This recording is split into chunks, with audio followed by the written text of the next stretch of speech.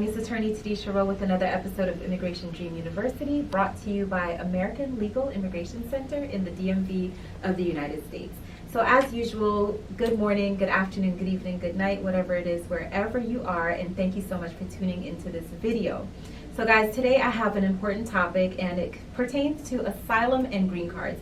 I've had a lot of questions recently in terms of what benefits are available to people once they become an asylee, meaning that their asylum has been granted, and then what are the benefits of moving on to the next step of getting your green card and then eventually your citizenship. So I'm going to just kind of walk through the processes for the asylee and the green card, lawful permanent residency.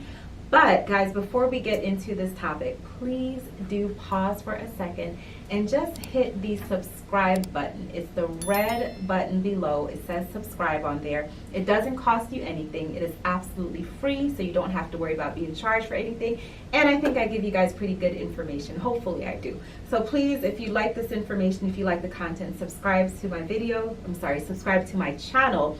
And also, if you like this topic and the other topics that I bring to you, then please hit the thumbs up button, because that also helps in terms of getting it generated to other people who may be searching for the same information. All right, guys, so in terms of asylee status to a green card holder, you can apply for your green card 1 year after you are granted asylum status, okay? Your asylum status may be granted either affirmatively or defensively, which is through immigration court. Either way, 1 year after you get that status, then you can apply for your green card. However, you do not have to apply for your green card. There are actually many benefits when you become an asylee. One of them is that you can remain permanently in the United States. You do not have to go on to get any additional status after that. It does allow you to work as well, and when you're an asylee, you do not need to get an employment authorization document. So you don't need a worker's permit in order to work when you're an asylee.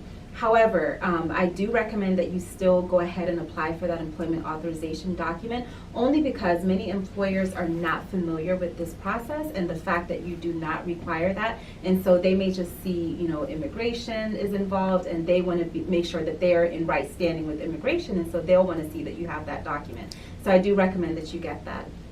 Another benefit is that you can apply for your Social Security card right away.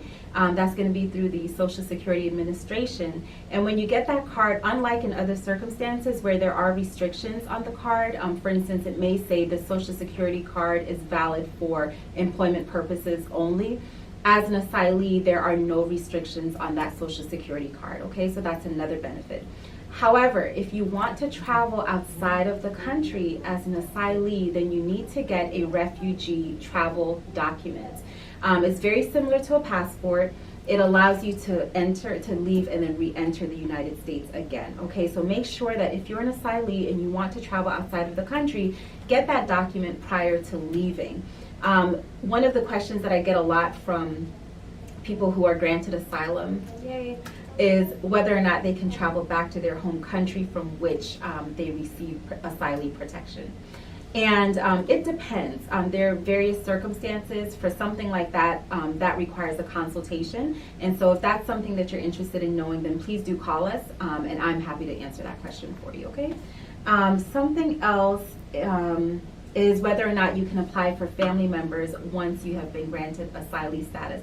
And the answer is yes, you can actually apply for them right away as long as they are a qualifying family member. So typically this is going to be your spouse and your children, and these people have to be listed on your application at the time that you're applying for asylum. So for instance, if on your asylum application you list 4 out of 5 children, for those 4 children, you can apply for them to also come to the United States as an asylee. However, for that 5th child that you left off, you cannot now try to add them. There may be exceptions to that, but that's the general rule, is that they have to be included in the asylum application itself. The last thing I want to talk about, guys, is when you become a green card holder. Again, I did say that it's once you've had your asylee status for at least 1 year, and some people choose not to take this avenue. I definitely recommend it, especially if you are a child derivative of an asylee application. So you got your status as a child of an asylee. And the reason why is because once you turn 21 years old, you no longer meet the definition of a child of an asylee or refugee. And so your status does change, and it's very difficult, if not impossible, to adjust your status at that time. So if you are a child of someone who became an asylee, and that's how you also became an asylee, make sure that you adjust your status while you're still under age 21, because of course you're still going to have long-term benefits as an asylee, but you'll have much more flexibility as a green card holder. All right, guys, so that is all that I have to say for today. Again, please do hit the subscribe button below, hit the thumbs up to like my video. Please leave any comments. I love to read your comments, and I try to respond back as quickly as I can to them. Thank you so much for supporting my channel. Good morning, good afternoon, good evening, good night, whatever it is, wherever you are, and I'll see you in the next video. Bye, guys.